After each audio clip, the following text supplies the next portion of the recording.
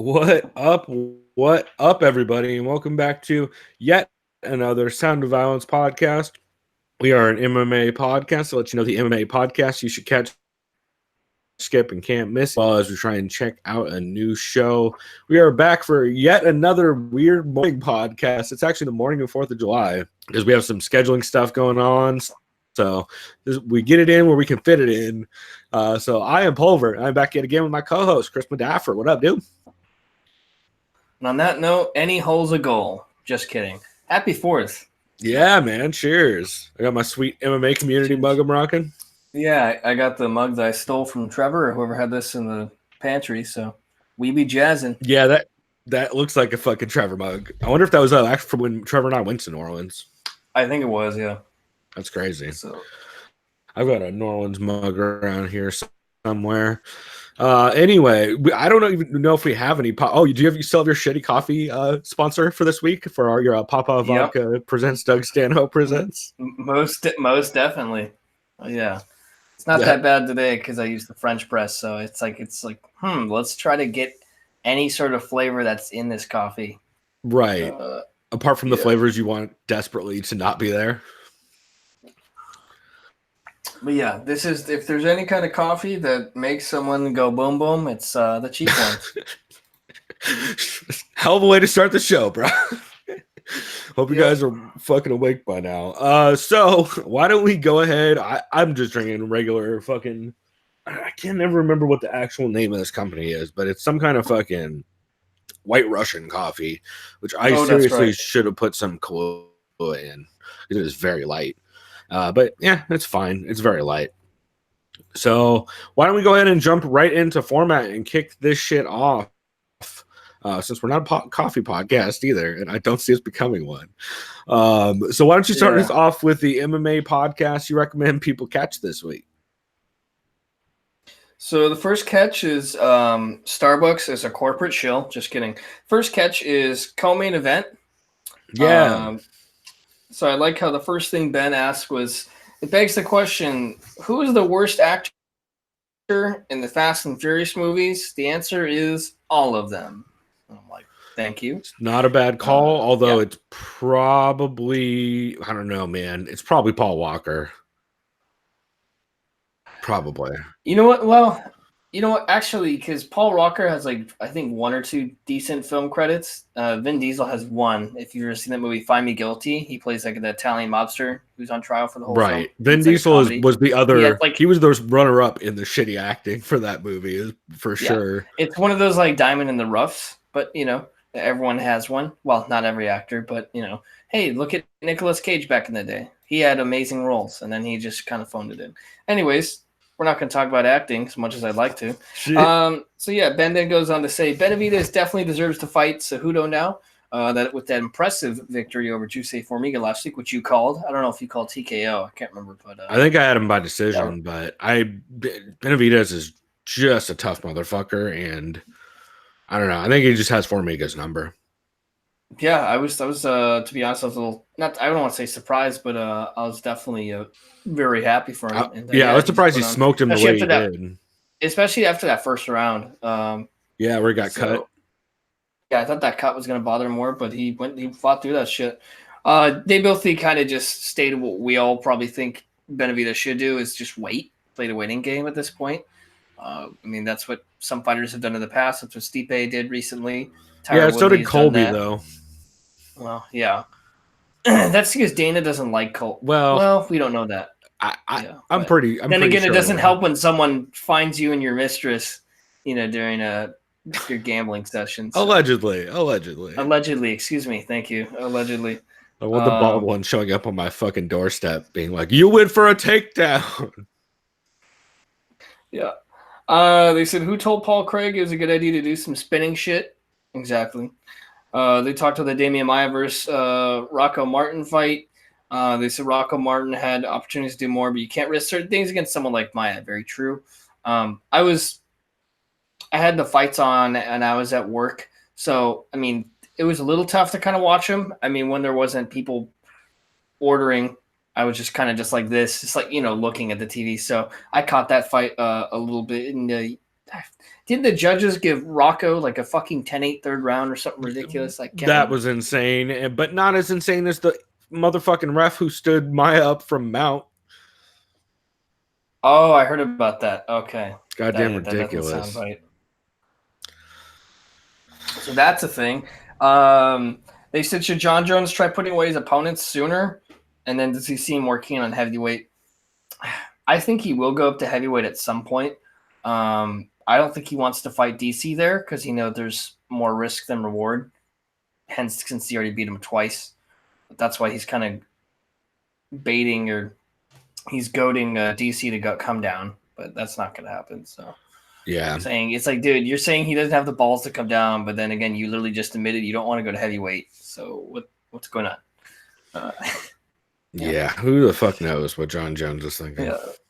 Throwing fucking stones at a glass house, that whole thing. Right. Okay, let me kind of speed through this. Francis is officially back after his disappointing end of 2018. I mean, he's been back, but yeah, now he's just like, and this was why. I mean, anyone could have called this, but this is why I said knockout round one. I don't know. I mean, those leg kicks from JDS were awesome. I love JDS's game plan. And then he threw, as I believe as Phil McKenzie said, he turned around. Yeah, I think Phil McKenzie said either on Heavy Hands or on Twitter that if only JDS threw the right hand harder, then he would have actually won. Yeah, because that's how he got it. He did try to throw up some shit from the kitchen sink, and then I don't know what prompted him to kind of turn around. I don't know if he lost his balance. I can't remember what it was, but yeah, the fact that Ngannou has so much power that he looks like a knockout that you'd see in a drunken bar fight where you loop behind someone. But the fact that his arm is so long, he still clips you on that. Yeah, the dude's got insane power. I don't think we've seen power like this in the UFC. I mean, maybe we have, but at least not at the alarming rate of how he's finishing. Rumble Johnson was pretty fucking close. As far as that and recently Thiago Santos, at least in light heavyweight division, we'll see. We'll get into that. Because I've got some stuff to say about that. Yeah, they're just talking lots of praise for Ngannou. I agree. I don't think how he doesn't get a title shot unless Stipe beats DC at this point, and we'll get into that next month as well too. Yeah, no one ever wants to get confronted by Francis. I remember I saw that clip. Dana looked pretty scared. I think anyone would. Does the matchup for Holly Holm favor her stylistically? They go into that, and I'll talk about more because there's another podcast that kind of breaks this down. And we'll probably get into the specifics when we do our little preview. A win for Jones and Nunes is just another win, they think. They said it doesn't warrant any GOAT statement since we already perceive them as that. Pretty much, granted the asterisk, whatever you want to attribute to Jones at this point. USADA doesn't care. I don't think anyone cares. We just want to see him fight. Yeah, they talk about Santos. I'll get into that in the preview. So, yeah, they said even I don't know why I wrote this. Even if Santos wins, they run it back. That I think that meant if he wins, they definitely run it back. No shit. Yeah, there's definitely going to be an automatic rematch if John Jones loses to anybody ever. Yeah, so and I have just a caveat here. I think I have 3 catches because I don't have a Oh, shit. Okay, cool. Well, I will go ahead. Yeah, I think that was a co-main event, episode 361. It was a solid one for sure. Yeah. They also mentioned that on Saturday they're doing a live stream for 239, which will be fun as hell. Yeah, that should be interesting. Cool, man. Well, I will go ahead and jump into one of my catches for this week, which actually, as I do that, let me go ahead and do this. So my first catch for this week is Severe MMA, episode 217. Also, shouts out to this Velvet Merlin Nitro from Firestone Walker. Ooh, that's a solid beer. Yeah, they're real good. And it is 5 o'clock somewhere. No, I guess theoretically, but it's about 9:17 a.m. here. To be fair, it's a breakfast beer, so I don't feel too bad about it. Severe MMA episode 217. It was a really solid episode with Sean Sheehan. They're taping it between the Cage Warriors card last Saturday in UFC Minneapolis, or at least the first segment. They talk about the insane title fight in the Cage Warriors card and just how. Did you see that thing? where it was just a goddamn I saw bloodbath. a picture. I saw a picture. It says like a Quentin Tarantino movie. It's fucking insane. It's the bloodiest fight I've ever seen by far. So, I imagine, did someone get like cut in the temple or some like a sensitive spot? One got split right on the hairline. That was Nicholas Dalby, I believe, got split on the hairline. Yep. And then he broke. I forget his opponent's name, but he broke his nose so bad that he was gushing out of his nose. And then they're both just. Everything is pink that used to be white. The mat is so slippery that it looks like King of the Cage 7 Wet and Wild. Like they can't at all. Every time anyone stands up, they slip and fall. It was fucking insane. Like it sounds fucked, but I kind of want to see it. It's on Fight Pass. So it's very watchable. It's fucking it's a great fight too. Apart before it gets to that point, and then Mark Goddard had to call it via. I think it was a no contest because they didn't finish the third round because it was literally neither fighter could stand, so it was unsafe. Fucking crazy. I was gonna say, man, how fucking queasy do you think they were? Like lightheaded, dude. They're both. Well, Nicholas Dalby's like one of the toughest motherfuckers around, and his opponent. Yeah, and they probably have so much adrenaline, they're not gonna really feel that until. I don't know. Anyway, they must have been feeling it at least a little because they were both leaking so fucking bad. Like they leaked so much. Oh, dude, you already know there was someone in the crowd that probably someone probably threw up. I swear to God, that probably happened. Dude, if you are all averse to blood, do not look at this thing because it's fucking rough.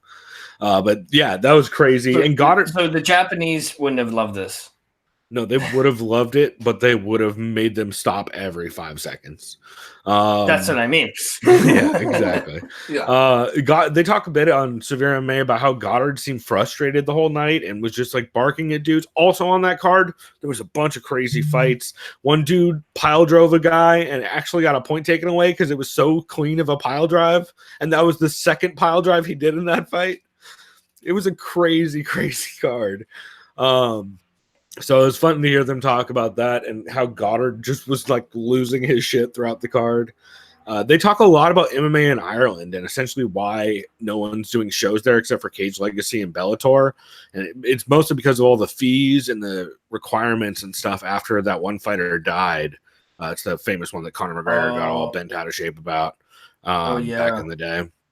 But evidently Ireland is not really sanctioning MMA right now, so it's kind of up in the air and kind of a shit show, which it's cool to hear them talk about it from the inside and say like, hey, this is the organization who people like John Kavanaugh need to go talk to specifically and have sit downs and make this shit fixed. And it's just cool to hear them get really in depth on it. Thought that was super interesting.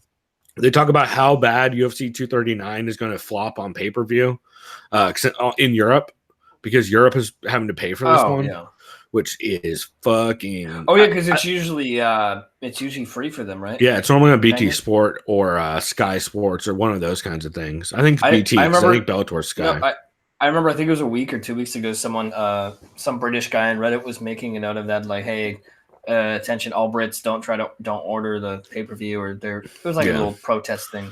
I think Sean Sheehan's estimate was the over-under was 1,000 buys in Europe, which is fucking amazing. Because it's the middle of the fucking night for them anyway. Like, getting someone to spend whatever it is, $70-$80 for. No, middle of the night, more like fucking. Actually, no, it's like 4 a.m. early morning. Like that, yeah. Yeah, no, it's fucked. You're already asleep. So you have to work on a Sunday morning. Well, right. It's chaos. So it'll be interesting to see how that plays out. After that, they preview 239. Talk about Silva's best chance being just going fucking insane in the first round. You mean and then, I said Silva. Yeah, wait, what? One of those Brazilians with the name Thiago. Anyway, they also talk about how good Holly Holm is at winning decisions, especially close ones. So interesting stuff from Sean. He throughout the week actually had a bunch of interesting points. And then they come back. I think they were recording at around 4:45 a.m. when they came back, which is when the card wrapped up. So again, why pay-per-view is going to be a fucking shit show over there. Then they recap UFC Minneapolis since that just ended. Talk about how the leg kick set up the from Francis kind of forced JDS into throwing the crazy right hand, which, boy, all the talk this week about that right hand. There was some good stuff. I was gonna say you probably saw that video clip of Francis leg kicking that tiny dude. Yeah, where he like does a full flip. Yeah, because I remember. Or no, I'm thinking of the Pedro Hizzo one where he does a full flip. But yeah, he fucked that dude up. But yeah, it was because I was watching the fight, I think with like Trevor or someone else. So we had some people over because I got back from work. I raced home. I'm like, hey, I'll put the fight on, you know. And yeah, and they're like, what do you think happened? I'm like, oh, he's probably gonna knock him out in the first round because this is hilarious. And then like once he saw that leg kick, I think Trevor was like, hey, dude, like, so, you know, would you rather just get knocked in the face with his fist or just get well, first I'd rather get kicked and break my leg than break my face in half. And then I showed him a clip. Yeah, this is me getting kicked by him for the thing. He's like, yeah, fuck that. Pretty much. Except worse, because that dude was probably taller than you. Yeah, probably. You're probably not. I mean, you're probably right. Yeah. It's like Francis kicking like fucking. Well, no, it's funny. That dude is probably like 5'8" or 5'9", like a normal he's short not person. That much taller than you. But no, you're probably right in scale of compared to Ngannou. But I remember we were just kind of speculating, hey, what would it take, like, if Ngannou was in a bar and a bunch of drunk morons rushed him, how many could he take out at once? And, like, what would you do? I'm like, first of all, we need, like, 3 of us to all grab his knees or his legs. Yeah, I was going to say, second of all, it depends on if anyone in the bar can wrestle. Yeah, that's what I told him. Like, that's the only way. No one's going to beat him in standing up, so you got to get him to the ground. So it's just kind of funny. No, Francis knocks out everyone in the bar and then carries the bar home with him. He can literally do some unorthodox, like, spinning shit, like, just basically, like, kid in a mosh, or, you know. He'll just fucking slam dance his way out of there. Yeah, no, that dude's the scariest motherfucker I've probably seen in a while. I guess, since Rumble, really. Or at least a heavyweight in general. It's just nuts. So dude melts I'm excited. I like Francis a lot, so I'm excited. Seems like a really cool guy. Very soft-spoken, so. For sure. Yeah. Cool. Well, that's what I had for Severe MMA. It was just a really solid episode. And Sean he does the rewatch on his Patreon he goes back and watches some of the previous opponents that are similar. So, for example, he did, well, to be fair to him, it's John Jones that Thiago Santos is fighting. So he did Thiago Santos versus Jimmy Manoa because that's the closest he could find because it's fucking John Jones. But the recaps this week were fun from him. Also, his rewatch for the JDS and Ngannou fight was really on point leading into that. So something to keep an eye on. Jones never fought Manoa, did he? No, is that what you're? No, Thiago versus Manoa. I just watched that yesterday too. Great fucking fight. Yeah, crazy ass fucking fight. Cool, man. So you said you had a couple more catches for this week? Yeah, I'll get into the other one. I'm gonna make this one quick. Believe you me, I think they only had one this week. I don't remember what they said. The first thing, like I just mentioned, Michael talks about how many scenarios can you think of Francis Ngannou losing his shit and attacking you? So they were talking about that. Yep. Talked about JDS was trying to put too much power in his swing at the end, which made him go off balance. Yeah, and then he had to get back up, clip from behind. What's next for the heavyweight title shot? Depending on what happens to DC and Stipe. Lewis wants to see John Jones versus Ngannou really, really badly. He says he needs to see that in his life. I think that'd be interesting. I think it's Believe You Me 142 also, right? I believe. Yeah, Lewis thinks Ngannou knocks Jones the fuck out. He could probably clearly knock anyone out, really, at this point, if he gets a clean shot at him. Like, I think that's a given. But either way, there's a lot of interesting things that could happen in that fight. Okay, and then there was I'm not going to say this is our sound clip, but the way Michael describes his Ngannou versus Jones fight, I don't know if you've heard this. I have not. It's pretty good. I'll find it for you and let you know in the break. But that's a potential soundbite. Maybe we'll do that on the break. The MMA World, the YouTube channel. Mm-hmm. Let's just say when he was playing the audio clip of that, he had a GIF of Tyron Woodley kind of going like this, like, okay, it's pretty good. They praised Joseph Benavidez. Now he looked for some reason, Michael mentions Broadway plays. He said, Lewis, have you ever been to a play?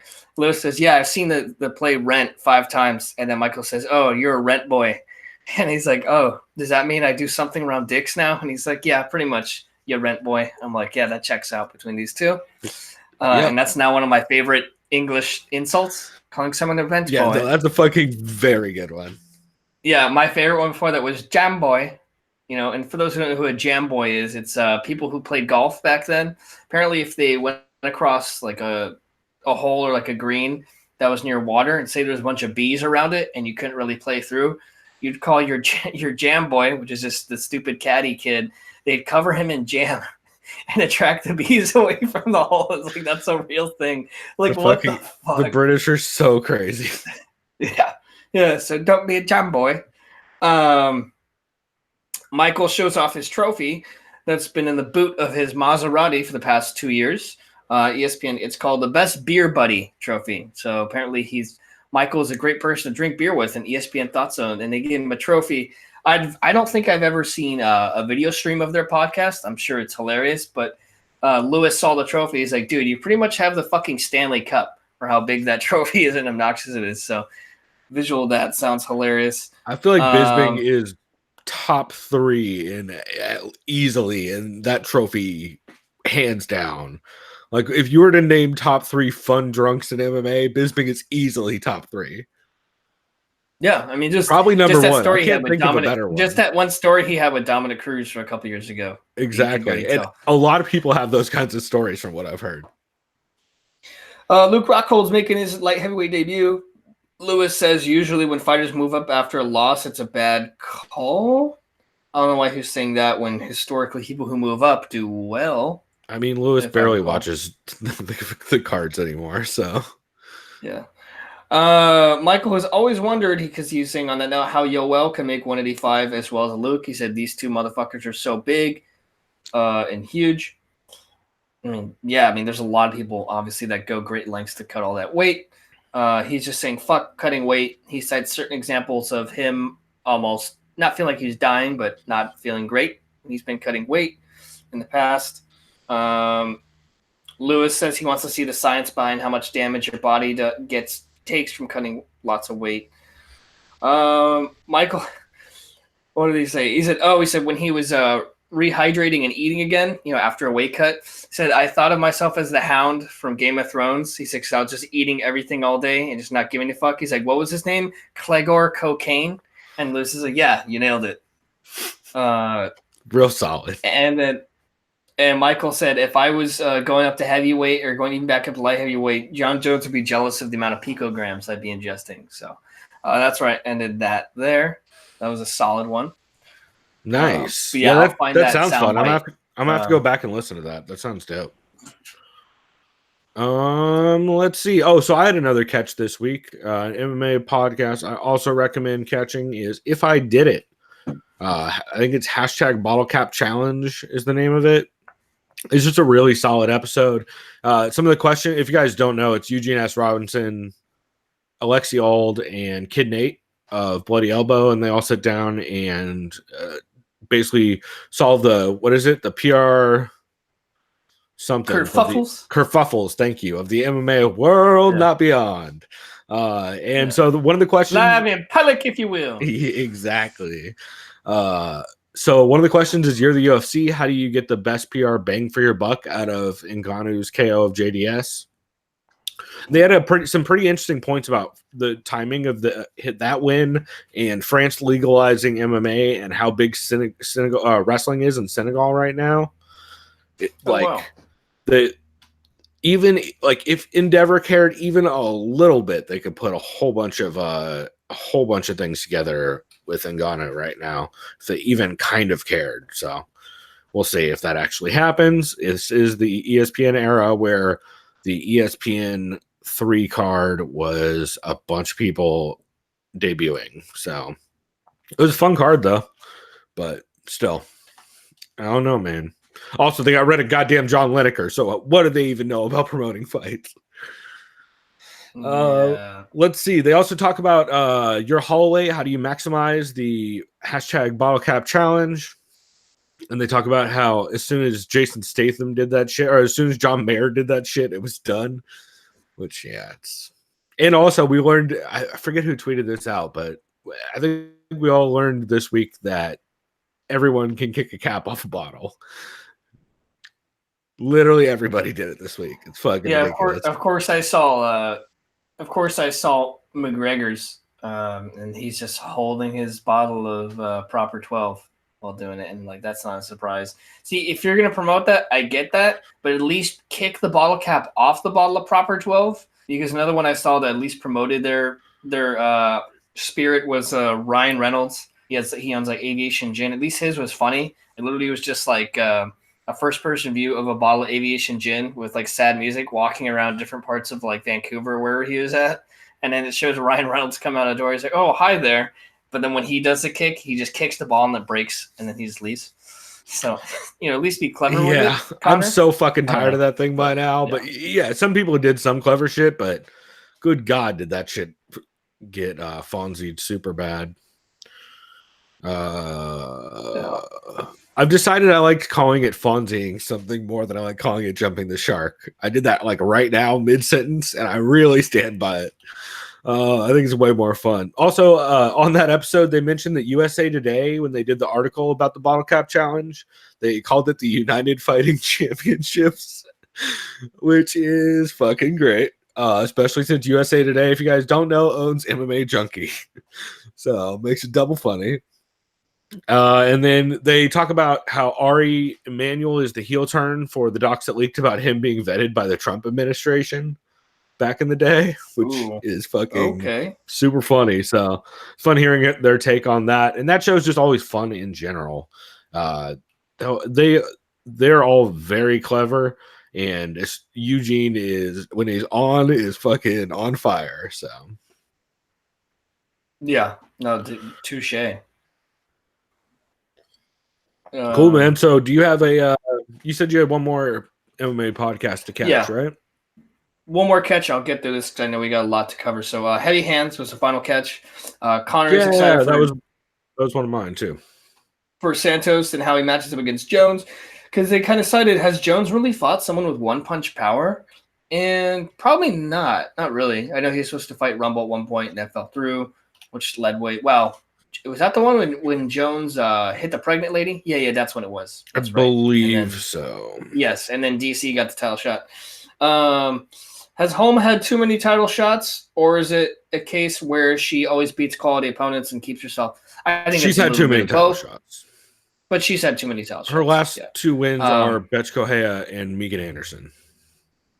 She's like the anti-Uriah Faber in that she won a title. No disrespect to Faber, but he also was gifted too many title shots, but he never won. Yeah. I mean, to be fair, there are a couple women who won titles around a certain period of time, Joanna and Jacek and Holly Holm, who keep getting title shots all the time for not very clear reasons, other than they're marketable, we'll say. Speaking of marketable, Joanna's next fight. They talk about the fight IQ difference between Jones and Santos. Santos only has one motive, which is to stand and bang. However, is this maybe how you beat Jones? Just too much pressure in Jones' face? Who knows? Well, I'll get into that, what I think about that. Jones' skill set isn't one that Phil isn't a fan of necessarily, but he says he loves how Jones is able to read his opponents and knows what. Yeah, it's all about his fight IQ. It's always focused and poised. Talk about Jones' progression as a striker. They talk about Santos' game plan. I'll get into this more. Phil also said during that, in the most tongue-in-cheek way I've ever heard in my fucking life, I believe the phrase was, when hammers meets bones, we know who comes out on top. Just fucking so Phil McKenzie, and that dude's very dry sarcasm is my fucking favorite. Same with the JDS. JDS lost that fight because he didn't throw that right hand hard enough. It's fucking so good. He's like, he didn't punch Francis hard enough. Right. And even better than that, as you guys heard on the intro, they talk about why JDS lost to Ngannou, they talk about how it's top 3 worst heavyweight punches, along with Kane's breaching whale hook and Todd Duffy's Sharkeisha punch, I believe is what it's referred to as. So, oh yeah, fucking, I remember like why do people keep calling him a shark? And I was like, I saw his teeth. I'm like, oh yeah, that's why. yeah. Well, and also that fucking. Well, actually, we were in the building for that punch that he threw from his left hip with his right hand, just all the way around. Fucking ridiculous. Yeah, that was weird. It was like it's like that punch when you sleep on your arm and it's dead and you go like that. Yeah. It Yeah. was very close to the inflatable guy outside of a car sales lot. Wacky inflatable arm flailing man. Yeah, which I believe is how they also describe Holly Holmes' striking style, isn't it? I think so. So yeah, that's what I got for the catches. Yeah, Heavy Hands was really, really good this week. That was like almost a catch for me, so I'm glad you put it as one. Cool. So why don't we get into? Do you have any MMA podcasts you recommend people skip this week? Yeah, I got a half skip. Mainly because it was entertaining. Story time with Uncle Creepy. I haven't heard these guys in a while. I know TJ was back there with the production, or he still produces, I should say. Yep, they didn't really talk about him and MMA. Ian McCall, of course. And then they had one of Ian's friends, can't remember. One of his buddies on there was talking about stories pre-Jackass of Steve-O hosting events where you have to kick your own ass. And then the guy went up stage and broke his own nose and kept punching his forehead with his fist. And he didn't realize his forehead was inflated like a Cro-Magnon. Oh, I started heroin, and Steve would love that. Like, that sounds smart. Ian talks about not drinking since he's small. Then he said, however, in California, and this is very true, if someone says, no, I don't drink, I'm sober, they really mean, oh, I just do Molly and Coke. And it's like, oh, yeah, that checks out big time. 100%. Especially in California. Also, I think the guest was Brendan from Dryman Products or some shit. Yeah, he they're the Man Butter guys, product right? called Man Butter. Yeah. Yeah, TJ says, yeah, saying you're sober and don't drink is like calling yourself a vegetarian, but you only eat fish. You're a pescatarian. Go fuck yourself.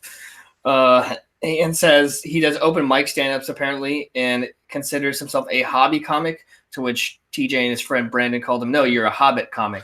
Get it right? Very good. That's very clever. And he's like, okay. Yeah, he's like, you guys are right. Ian starts talking about strip clubs. Brendan says, what's fun to go to strip clubs and practice the art of saying no. I'm like, sure, you're going to get reactions. I see what he means, though. I could see how that could maybe be entertaining, to at least to some people.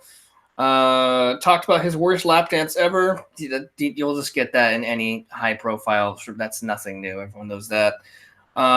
His friend says if you get enough lap dances, you'll eventually get a blowjob. At least that's what Ian said. It's like, sure. Depends on depends on where you are. Yeah, the places that Ian McCall would go, absolutely. There's certainly a place that I've been to in East County with a bunch of other people. Oh, there's one down. Yeah. What'd you say? You're probably thinking the same one I am, or a similar one. Let's just say it's off the 8 near La Mesa. Yeah, that might be the same one. That one's pretty bad. Is it real hood? Kind of ish. It's like, let's say it's under a bridge. Oh yeah. That's definitely the same one. That one. Definitely I know. Yeah. I'm telling you. It's no Jumbo's Power Room, if you know what I'm saying. Yeah. And then, of course, since they're talking about that, Ian then goes, oh, of course, let me tell you all times I've been to Tijuana when I was a teenager and going to the clubs there and experiences there. It's like, of course. This sounds like a very Ian McCall podcast. Yeah, it's kind of, I wasn't surprised by it. TJ talked about, he said, the last time I was in Tijuana was for some fights. And he said, I saw a guy with a mounted machine gun on the back of a pickup truck outside my hotel. Because apparently he was down there protecting some person. Sure. Checks out. And then the only fight stuff they talked about was, they said, why do people still dismiss wrestling as a martial art and they call it a sport when it's literally just a martial art at this point? I mean, yeah, it's a sport too when it's just mat wrestling. I get that. But, and then they shared a story of when Cody Gibson, a former UFC bantamweight, said to a huge 250 plus pound guy in a bar in Vegas, I'm a UFC fighter. Google me, bitch. Then the guy swung at him. Cody then took the guy down, got top mount.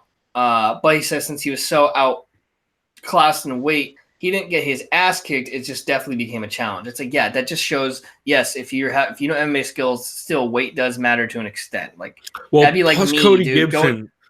Cody Gibson's known to have a beer too. You know what I mean? Yeah. So thank goodness, I'm not one of those people when I drink. Because that wouldn't be good for me. If I remember right, Cody Gibson, Jordan Breen has a great story about Cody Gibson at one regional show he was at. Cody Gibson went around at the end of the show and poured all of the leftover beers into a cup and started drinking it. So that gives you a little insight as Cody Gibson. It sounds like a certain family member of mine that I know on my dad's side, certain uncle. I hope you're doing well.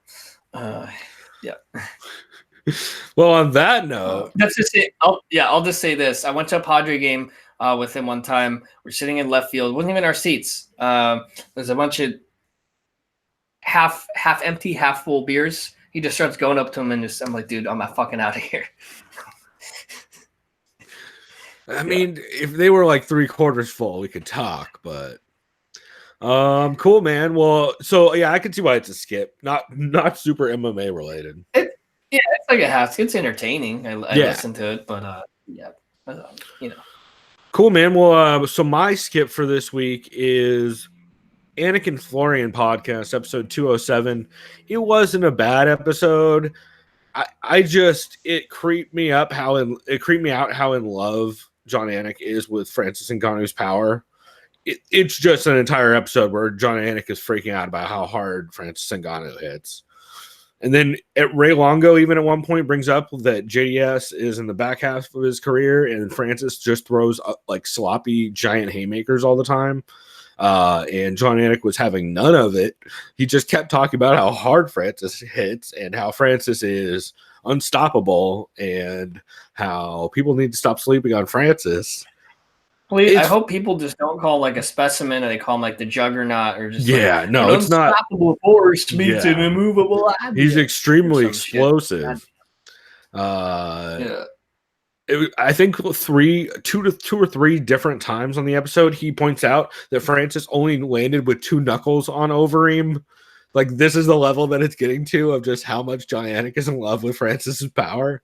It's excessive, and I found it very distracting. So that's why it's a skip for me. Other than that, it's not terrible. It was grating to have to hear. The point where he almost wants to be like, I would let Francis Ngannou be the godfather to my children.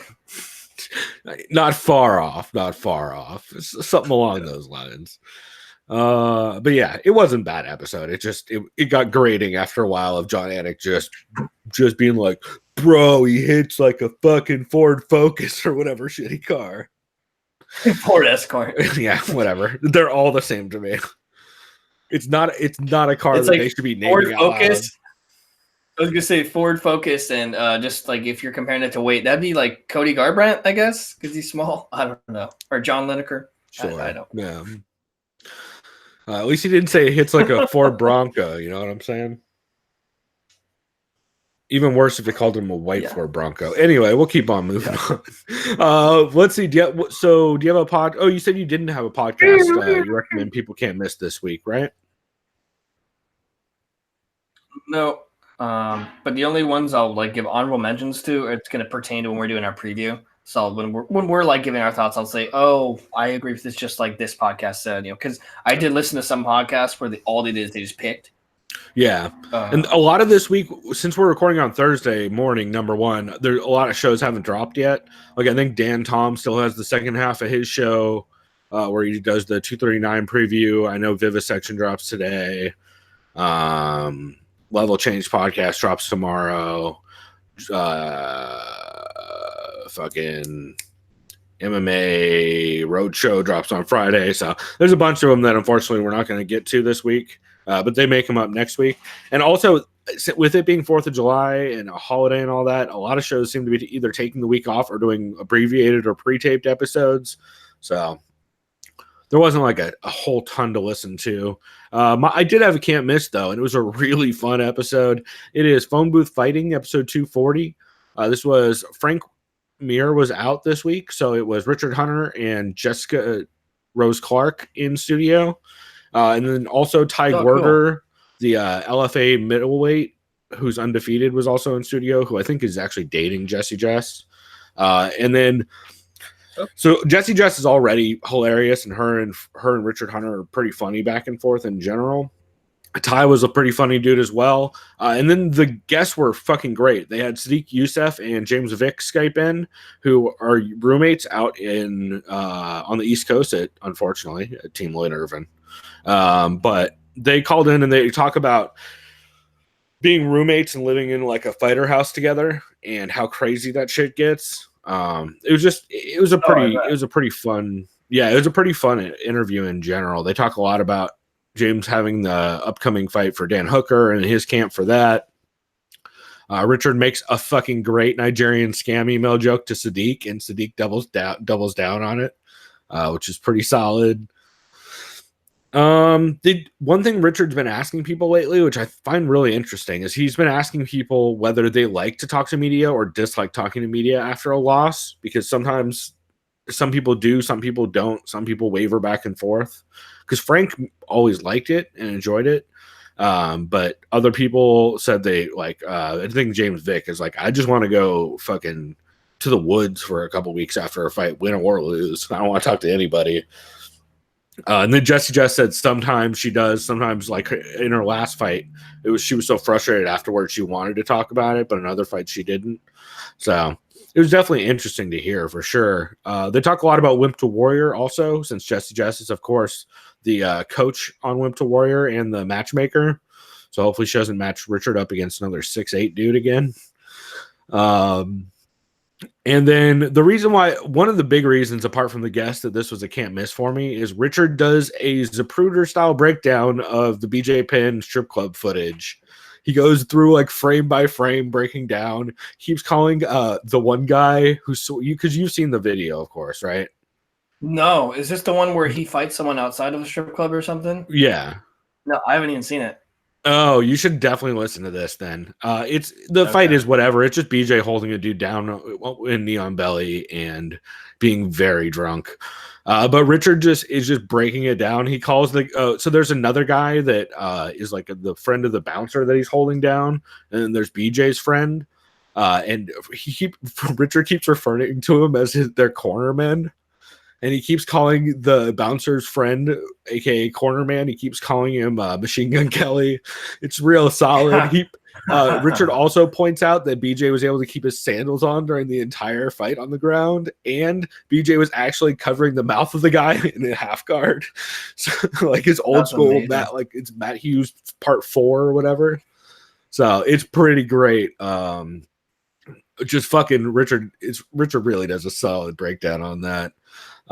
Kevin Holland also joined in studio towards the end of this episode. He talked about injuring his shoulder in his last fight in the win over DeChirico. And he also talks about they break down a little bit of John Jones versus Thiago, and they talk about brothel and porn stories, since of course Richard Hunter works at the brothel out in Vegas or outside of Vegas. And then their producer is actually an audio guy for porn, evidently. I think they call him Porno Mikey. It's just a bunch of fucking crazy stories about that. Wait, is his name actually like Michael? Because that's like a great pun. Like he does audio and they call him Porno Mike. Like Porno Mike. Oh, like, I think I think they call him Porno Mikey. See what I'm saying though? I think his name is Mike. Yeah. So that's pretty good. So yeah, just pretty funny overall. So I highly recommend checking that one out. It's a lot of fun. Yeah, Vegas is wild. Yeah, for real. Let's see. So did you have any new shows this week? Yeah. I don't think I've heard this before. It's called Bull Roar MMA Podcast. Yeah, they recently showed up on MMA Podcast.com. I haven't caught him yet. This guy named Eric Cheralanzio. Just a discretion here. For the first 5 minutes, he talks nothing but politics. Great. American politics. But at least he admitted that. He said, hey, just let you know, every podcast, I'm very invested in politics and American politics, so I'll just do 5 minutes. So he's like, go ahead and skip that. So I'm like, oh, at least he admits it. So yeah. Okay, other than that, and I'm not going to mention what he talks about because I'm not plugging any of that. We don't talk politics. And also, he starts to talk at I mean, I will care once it comes to presidential election, but that's it. See, it doesn't matter. I'm not going to talk about it. No. Anyways, he starts to talk at 7:45. He recaps last week's card. He just kind of goes through fight. Love Maurice Green's performance against Junior Albino. That guy Dalcha, I don't know how to say your last name. I'm sorry, looked terrifying. He said Daquan looked more like a street fighter compared to Dalcha. He was surprised at how quickly Drew Dober destroyed Marco Polo Reyes and the pace that he had. Yeah, that was nuts. I saw that fight. Yeah, that was crazy. I was pretty high on Drew Dober going into that, but I did not think he was going to just body him that quick. He likes Benavidez' chances against the King of Cringe. He says he was proud of himself, quoting himself last week, saying JDS is like Gustafsson and that he likes to turn his back and run away. Nice. I mean, yeah, good call. It's a smart read. Chiesa is a massive favorite over Diego Sanchez on this card. I think he says he's taking Sanchez. I can't remember. I think this was I don't know if it was this podcast, but there's a podcast I listened to, and I'll save this for the preview. But this kind of reminds me why he's choosing. I'll explain why he. I don't know. Well, we'll go through the theoretical shit. He says Donald Cerrone is probably right about Jackson Wink and them playing favorites because look how Sanchez has done since he left. And that's a logical fallacy. You can't necessarily correlate that. Sure, could be some correlation maybe to how Diego prepares for fights. Yes, there's probably some truth to that. Maybe it helped him out. But I wouldn't necessarily just say, oh, if everyone leaves that camp, they're going to get, because that's not necessarily true. I think everyone has their own personal team. Yeah, I think at this point, their groove. I think at this point, though, it's pretty clear that Jackson Wink is invested in everyone that can make them money. I think it's very true. I remember too. Someone made the point: are the only two fighters left there, John Jones and Holly Holm. Michelle Watterson. Actually, the 115ers there's a handful of. Yeah, I think Ray Borg is still there. No, I think he's somewhere else in New Mexico. He's somewhere else in New Mexico. Never mind. Rockhold is a massive 185er. He says he's going to see a lot of liver and body shots being key in his fight against Blachowicz. Masvidal Askren, another striker versus pure grappler. I'm not going to say what he said. We'll get into this later. Holly Holm, Nunes talk. A lot of this is preview stuff. He says, I'm a massive John Jones fan as a fighter. He says, as a person, that's another thing. But however, I want him to lose so that he feels humbled.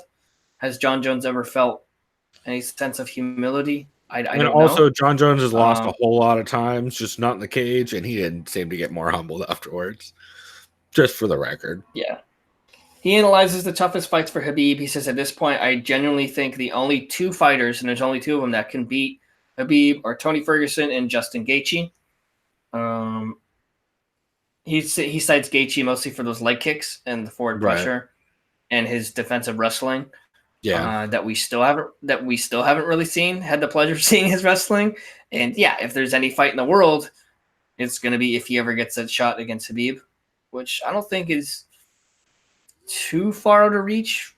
I'll just say I think the only way Gaethje gets a shot is if they match him up against Conor and he knocks out Conor or finishes or beats him. Other than that, good luck to Gaethje. Him and Tony are the two I want to see get that title shot next. That would be Tony first, obviously. Yeah. But no, in the UFC, they're going to go fuck yourself, and they're going to put Gaethje versus Tony because fuck Tony Ferguson, and they're probably going to do Conor versus I don't know. I don't even want to talk about that. But and then he says Conor will never beat Khabib. The style matchup is too in favor of Khabib. Oh, I just realized you're talking about Irish. Never, but I just realized you're talking about Irish sports star. I totally took me a while to figure out who you're talking about. Oh, let me go back to what we used to call him, BK. There you go. Yeah. Cool, man. Yeah, that show sounds pretty solid. Yeah, that was the new one. Yeah, it was a good one. Cool. Well, I will go ahead and jump into my new show for this week, which I actually heard about on Rogan's podcast, and that is Sup Fam, Episode 1. Eve Edwards has a new show. He started a new podcast, and his first guest was Dustin Poirier. He recorded it at his house down in Lafayette, Louisiana. And the sound quality is super solid. They're using headsets and everything. And it's just really, it's they're really good friends. Like, it's one of Eve's best friends, and it's just a very fun episode. They talk a lot about meeting through Tim Crater, and a lot of talk about kids and growing up, like where everyone basically through MMA and how wild that is. They break down stuff like the upcoming Habib fight and how Dustin's been refining his killer instinct to pick his shots and not just go crazy. They talk about Dustin recently taking a trip to the Bahamas, and just a lot of talk about raising kids and that kind of stuff, which normally isn't my bag, but I really like Eve Edwards and I really like Dustin Poirier, and they are a lot of fun together. So I'm curious to see how that show evolves going forward, because Eve's had a couple podcasts and I've always liked them, and I'm interested to see who all he has on. He says it's not just going to be MMA centric either. Like, he's going to have some friends on that are lawyers and artists and stuff like that. So it'll be cool to see how that grows. Yeah, good for Eve Edwards. I know that guy always brings a lot of good insight. So I'm happy for him. He's got something new going. Yeah, for sure. So some honorable mentions that I had, I'll just run through them quickly. MMA on the Rocks, episode 146, part A and B was real solid. He had a guest, John Beneducci, on. He's the Manimal from MMA and Beyond podcast, who you might know him from. And it's just a real crazy talk with him.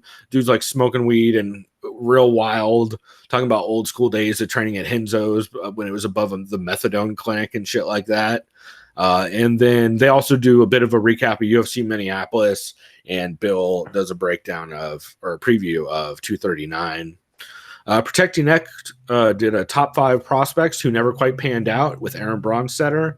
They taped it at the Mandalay Bay with Goes from MMA Junkie Radio in the background. And it's real solid. It's just it's a great example of why Dan Tom's top 5 episodes are some of the best ones. His breakdowns are amazing, but I love some of his top 5 episodes because of the amount of him and the guests do in research and just like really thinking through their decisions on that stuff. I thought it was really good.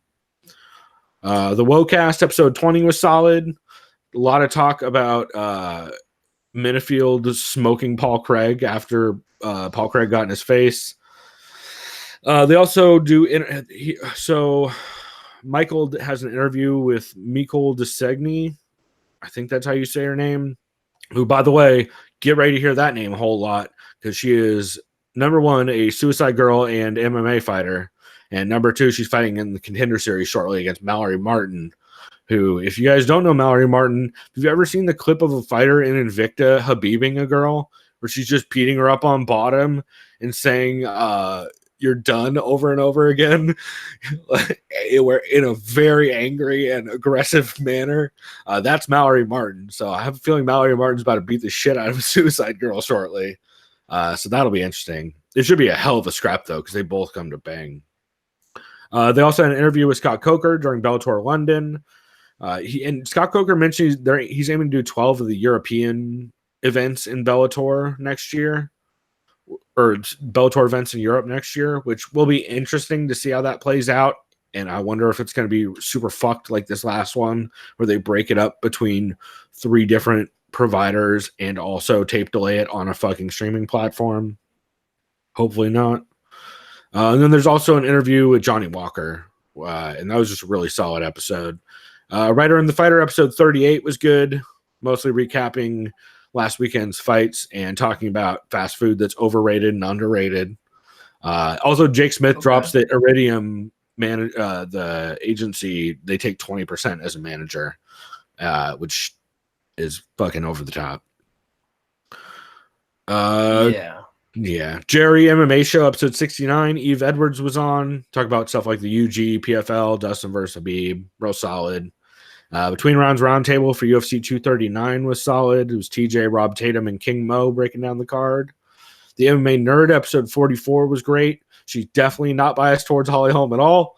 And she also yelled at me on Twitter that she can't help who she loves. So Ashley's fucking hilarious. MMA and Beyond episode 72 was solid. I mentioned that Manimal is one of the guys on that. He talks about doing shrooms and some crazy shit. And then Luke Thomas did a recap about UFC on ESPN3, and he did like a Q&A, and he confirms he's not going to the Athletic, which is interesting because then he went on to big up the Athletic a whole bunch. And it sounds to me like Luke's probably going to Patreon, if I was to guess, or some sort of like. It doesn't sound to me like it doesn't sound to me like he's signing on with a network. So, or unless unless it's like some serious thing and I'm not doing the math on it or something, I don't know, but we'll see how that pans out. He said he should have news either by the end of this week or beginning of next week. So keep an eye out for that. That should be interesting. But yeah, overall, pretty solid week in podcasts. Did you have any well-rounded ones you wanted to shout out real quick? Unfortunately, no, I didn't really make time to do the well-rounded. Yeah, the only one I caught is there's a new podcast called Two Bears, One Cave, hosted by Tom Segura and Bert Kreischer, and it's really fucking good. That sounds really good. It's really good. Tom Segura goes out of his way to immediately offer Bert Kreischer a vodka soda, even though I think it was like 9 a.m. when they were recording. And then Tom's assistant brought out 2 vodka sodas, one for Tom, one for Bert. And Tom's clearly had 0 vodka, and it was all soda. And Bert's clearly had 0 soda, and it was all vodka. And then Tom's assistant proceeded to bring out donuts, donut holes, and I forget what other kind of food. And Tom tried to get Bert to eat like all of it. And Bert got pretty hammered towards the end of the episode. It's real good, and I'm feeling that show's going to get fucking crazy going forward. So definitely something to keep an eye on. Dude, like, I won't be able to do that, at least with donuts, just because in general, when you mix a lot of sugar, booze and sugar is a bad combo. It's just sugar and sugar, really. So yeah, he should just brought him like popcorn or some like salted pretzels or some shit. Like, get some salt in there. Well, yeah, but Tom knows that it's much funnier if he's eating. Oh, no, I was gonna say, yeah, then it's not fun. Don't get me wrong. I realize that. I'm just thinking, being practical about it, but yeah. That does sound hilarious, though. Yeah, it's pretty fucking great. So I definitely recommend checking that out. I think it's on the Your Mom's House YouTube channel, so worth listening to. But we're going to go ahead and take a break here. And then when we come back, we're going to break down UFC 239. If you guys are listening to the podcast version of the show, then you will hear either a clip of Believe You Me or a clip of Richard Hunter breaking down BJ Penn's street fight. I'm not sure which. So one of the two.